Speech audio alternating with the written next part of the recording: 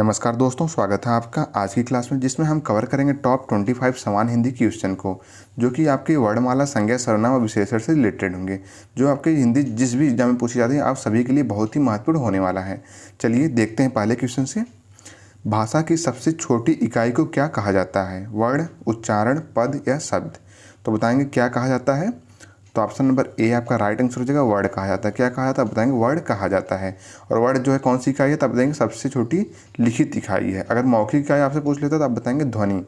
कौन सी भाषा की सबसे छोटी मौखिक इकाई कौन सी है, तो आप बताएंगे ध्वनि है। और सबसे छोटी लिखित इकाई तो आप बताएंगे वर्ड है। इसको आप ध्यान रखेंगे। नेक्स्ट क्वेश्चन है, हिंदी भाषा में कुल वर्ण लिपियाँ कितनी हैं? 40, 41, 44 या 52? तो बताएंगे आप लोग इसका राइट आंसर कौन सा होगा, जो हिंदी भाषा में कुल वर्ण लिपियाँ हैं कितनी हैं। तो ऑप्शन नंबर डी आपका राइट आंसर हो जाएगा, 52 है। कितनी है तो आप बताएंगे टोटल 52 वर्ण लिपियाँ हैं। कौन कौन सी हैं बताएंगे, 11 स्वर हैं, इसके अलावा 33 व्यंजन। कितने? 33 व्यंजन हैं। इसके अलावा कौन से हैं, 2 अयोगवा है, 4 संयुक्त व्यंजन हैं, इसके अलावा 2 अच्छित हैं। कितना? 2 उच्छिप्त हैं।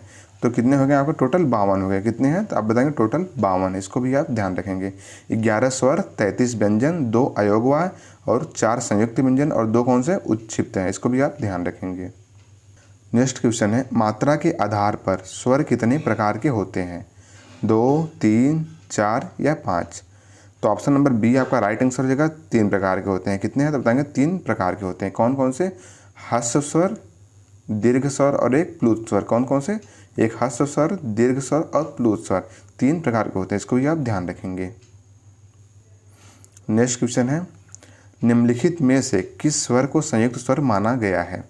आ, उ, ई या ए को? तो बताएंगे इनमें से किस स्वर को संयुक्त स्वर माना गया है।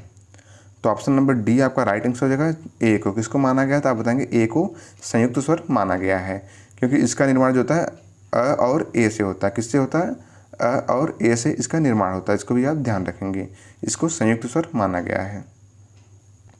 निम्नलिखित में से किसका उच्चारण स्थान दंत है?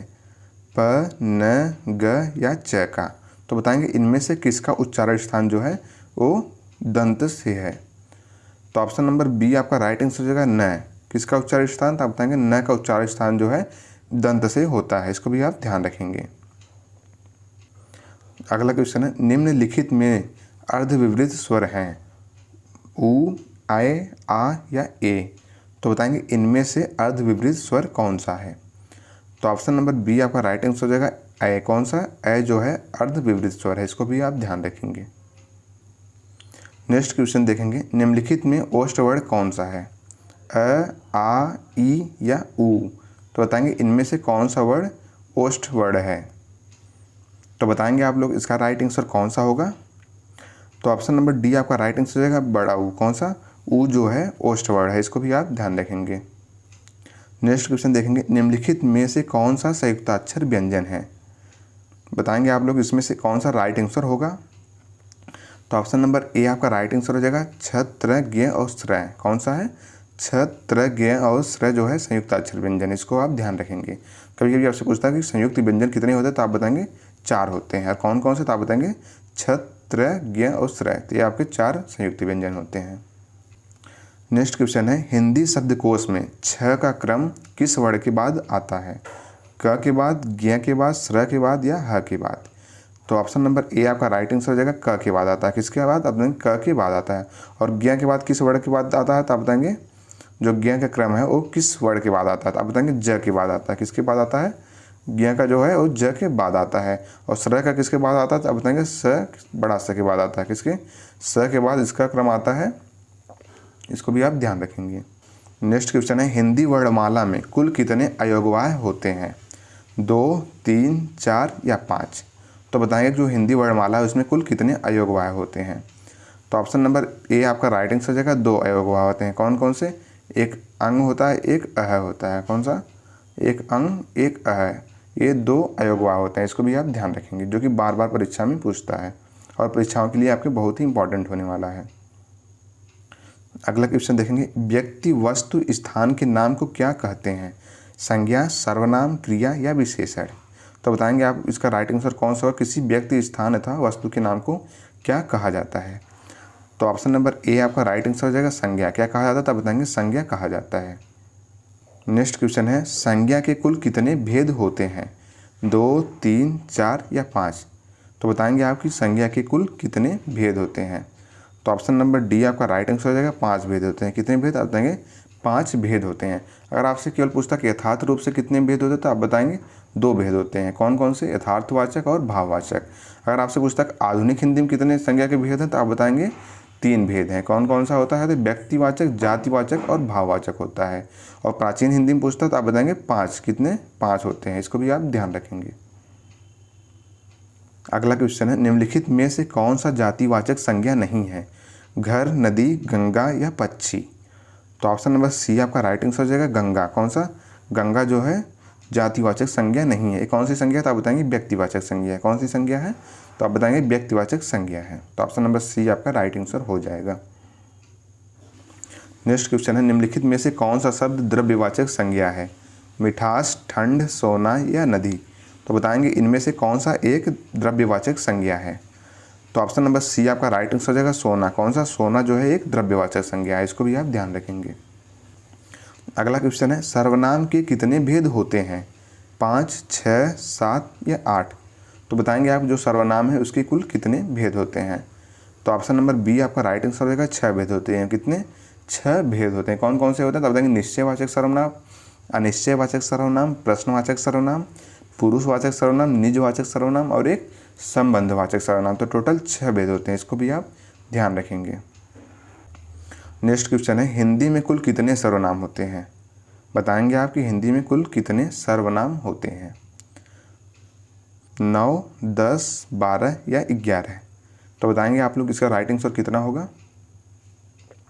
तो ऑप्शन नंबर डी आपका राइट आंसर हो जाएगा, 11 होते हैं। बताएंगे आप कितने, तो आप बताएंगे 11 सर्वनाम होते हैं। कौन कौन से, मैं, तुम, आप, यह, वह, जो, सो, कोई, कुछ, कौन, क्या। तो आपके 11 सर्वनाम होते हैं। इसको भी ध्यान रखेंगे आप। अगला क्वेश्चन देखेंगे, निम्नलिखित में सर्वनाम का उदाहरण है, मनुष्य, वह, राम या हिमालय? तो बताएंगे इनमें से कौन सा एक सर्वनाम है। तो ऑप्शन नंबर बी आपका राइट आंसर हो जाएगा, वह। कौन सा, वह जो है एक सर्वनाम है। तो ऑप्शन नंबर बी आपका राइट आंसर हो जाएगा। बाकी मनुष्य, राम और हिमालय जो है एक व्यक्तिवाचक संज्ञा है। इसको भी आप ध्यान रखेंगे।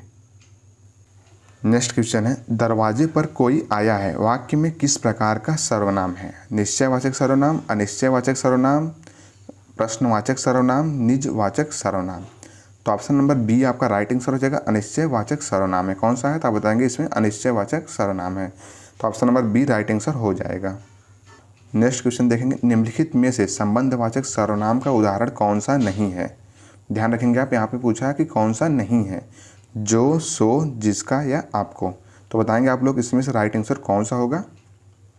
तो ऑप्शन नंबर डी आपका राइट आंसर हो जाएगा, आपको। कौन सा, आपको जो है ये संबंधवाचक सर्वनाम नहीं है। इसको ध्यान रखेंगे।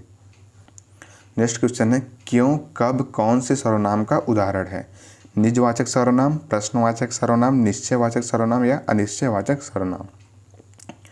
तो बताएंगे आप इनमें से कौन सा इसका राइट आंसर हो जाएगा।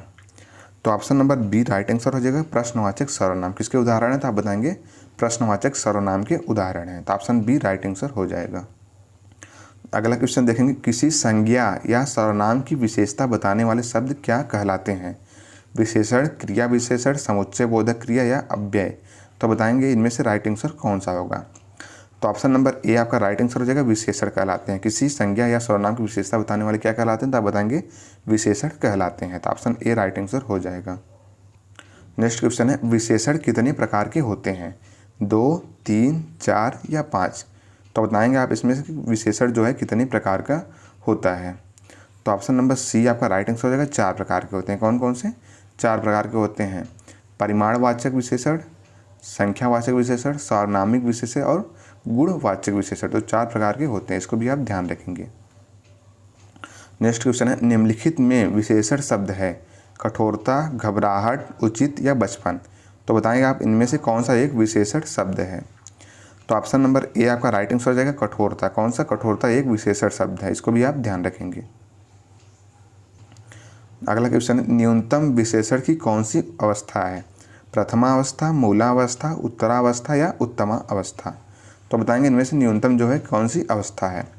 तो ऑप्शन नंबर डी आपका राइट आंसर हो जाएगा, उत्तम अवस्था है। कौन सा? तो आप बताएंगे उत्तम अवस्था है। लास्ट क्वेश्चन है, बेईमान शब्द में कौन सा विशेषण है? संख्यावाचक विशेषण, गुणवाचक विशेषण, सार्वनामिक विशेषण या पर्यायवाची विशेषण? तो इस क्वेश्चन का आंसर आप लोग कमेंट बॉक्स में देंगे और कमेंट बॉक्स में आप ये भी बताएंगे कि आज की क्लास आपको कैसी लगी है। अच्छी लगी हो तो कृपया लाइक और सब्सक्राइब जरूर करिएगा। थैंक यू, धन्यवाद, जय हिंद।